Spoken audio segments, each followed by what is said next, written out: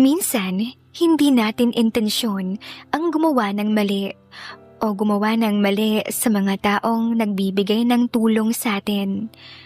Pero may mga pagkakataon na kahit ayaw nating suwayin ang panuntunan ng pagiging tama, mas nangingibabaw ang emosyon at nangyayaring sitwasyon kung saan tayo itinutulak sa pagkakasala. Hi Miss Fujiko, ako nga pala si Angela, 28 years old na sa kasalukuyan, may asawa at may anak na rin. Asawa ako ng isang negosyante na amo ng tiyuhin ko. Pero dahil na rin sa maling nangyari sa relasyon namin, kaya't naitulak ako sa pagkakasala. Para maging malinaw sa inyo ang lahat, sisimulan ko ang kwento noong makapagtapos ako ng college. Taga Lavisares, Northern Samar po ako. Doon ako ipinanganak at lumaki. Sa Katarman naman ako nag-aral ng college. Noong makatapos, lumuwas ako ng Maynila para maghanap ng matinong trabaho. Mabuti nga at may kamag-anak kami sa Quezon City na maaari kong matuluyan. Sina Tita Zandra at Tito Nilo. Si Tita Zandra ay ate ng mama ko, kaya may tiwala ako na hindi niya ako pababayaan sa aking paghahanap ng swerte sa kamay nilaan. Pagkarating ko roon, kung saan ako nag-a-apply ng trabaho. Mga bangko, hotels, at malalaking corporations ang ina-applyan ko. Pero sadyang minamalas yata talaga ako dahil parang palaging kapos ang pag-a-apply ko. Sa madaling sabi hindi ako natatanggap. Kaya naman, para hindi nakakahiya kina Tita Sandra na 3 buwan na nila akong pinapatuloy sa kanilang bahay at pinapakain, kaya naman, pinilit ko na lang na makapagtrabaho sa department store bilang sales lady. Hindi pa regular dahil contractual base lang yon.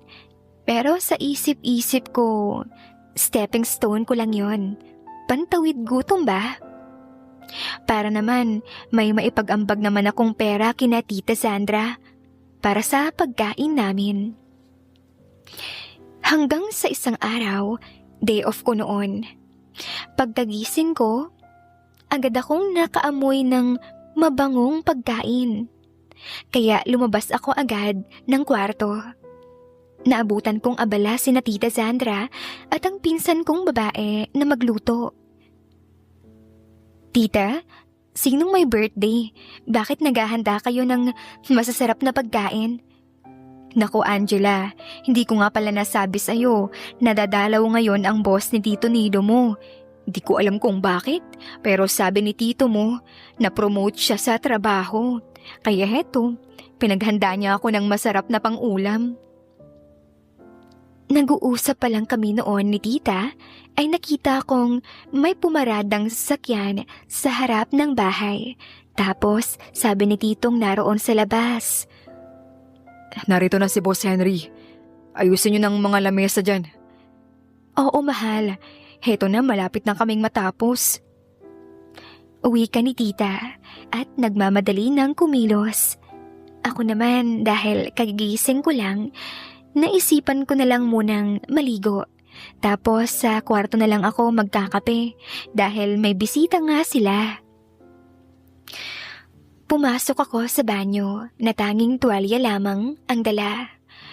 Noong lumabas ako ng banyo, nagulat ako dahil nakatingin silang lahat sa akin at walang umiimik hanggang sa nagsalita si Tito Nilo. Boss Henry, si Angela nga pala, pamangkin ni Mrs. Dito siya nakatira sa amin. Agad naman yung tumayo at nakipagkamay sa akin. Hi Angela, I'm Henry, boss ni Nilo. Pwede mo ba kaming sabayan ni Nilo at Sandra sa aming almusal na semi-lunch na rin?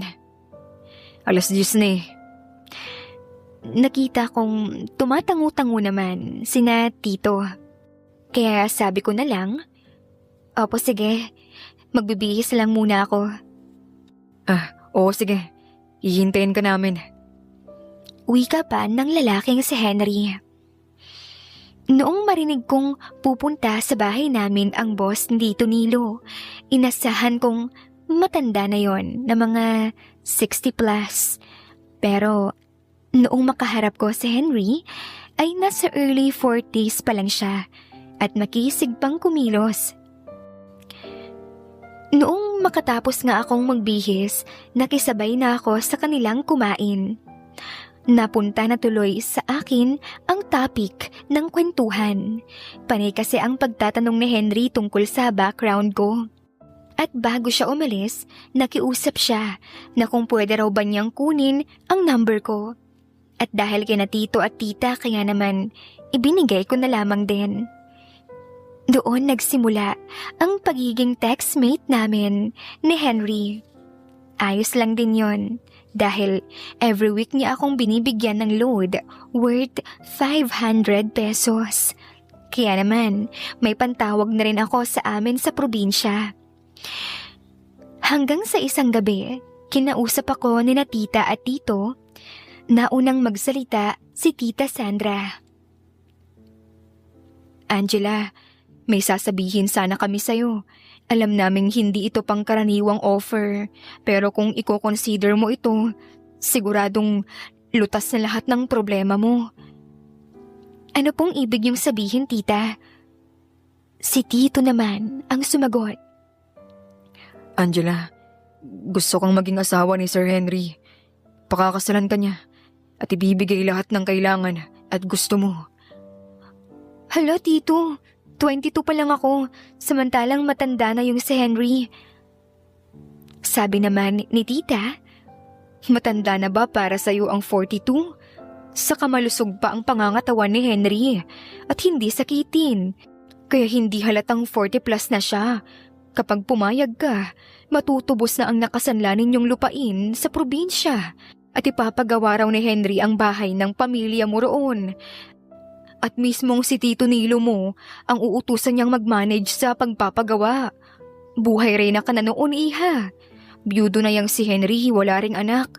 Kaya kung sakaling mamatay yan, sa'yo mapupunta ang lahat ng kayamanan niya dahil magpapakasal naman kayo. Ikaw ang magiging legal na tagapagmana ng lahat. Saka pati kami tulungan din daw niyang mabayaran tong bahay na to sa bangko para wala na kaming hinuhulugan buwan-buwan. Sige na iha, i-consider mo. Sinasabi namin to, hindi lang dahil makikinabang kami. Mas malaki ang magiging pakinabang mo rito at ng iyong naghihirap na pamilya. Hanggang ngayon naghihintay pa rin ang mga kapatid mo na makapag-aral sila, na mapag-aral mo sila. Dahil yun daw ang pangako mo na kapag nakapagtapos ka na ng pag-aaral, ikaw na ang magpapaaral sa kanila. Sa tingin mo ba kakayanin mo silang pag-aralin mula sa kinikita mo sa pagtatrabaho mo ngayon? Pag-isipan mo mabuti ang desisyon mo. Kakausapin ka raw ni Henry sa weekend, sa araw ng day off mo, para malaman niya mula sa'yo ang desisyon mo. Uwi ka pa ni tita at tito. Tapos, iniwan na ako sa hapagkainan. Kakatapos ko lang kasi noon kumain at gabi na. Mag-isa na lang din ako noon na kumakain dahil tapos na silang lahat. Tulala akong nililigpit ang mga pinagkainan ko, tapos hinugasan ko, saka ako pumasok sa kwarto. Pinag-isipan kong mabuti ang magiging desisyon ko. Inalala ko ang mga pangakong binitawan ko sa aking 2 kapatid at mga magulang na iaahon ko sila sa hirap kapag nakapagtapos ako ng pag-aaral. Pero sa nakikita kong kasalukuyan kong sitwasyon, malabo pa yon sa tubig ng baha na matupad. Napabuntong hininga na lang ako at nag-decide na tanggapin ang alok ni Henry. Hindi masisira ang dangal ko kapag siya ang pinatulan ko. pakakasalan naman niya ako. Kaya sa paningin ng Diyos o ng batas ay legal at tama ang hakbang na yon. Maliban na lamang sa paningin ng mga inggit dahil siguradong iba ang kanilang magiging opinyon. Kinabukasan, sinabi ko na agad kina tita ang desisyon ko. Tuwang-tuwa naman silang pareho. Noong sumapit nga ang weekend, ay nagkausap rin kami ni Henry. Masayang-masaya siya sa naging desisyon ko. Makalipas ang 4 na buwan, ikinasal na kami ni Henry. Wala siyang kamag-anak na dumalo. May ilang kaibigan lang siyang present sa kasal namin. Ang buong pamilya ko naman ipinasundo ni Henry mula sa Samar at dinala ng Maynila. Kaya present silang lahat sa aking espesyal na araw sa buhay. Noong matapos ang kasal, umuwi na ng probinsya ang pamilya ko.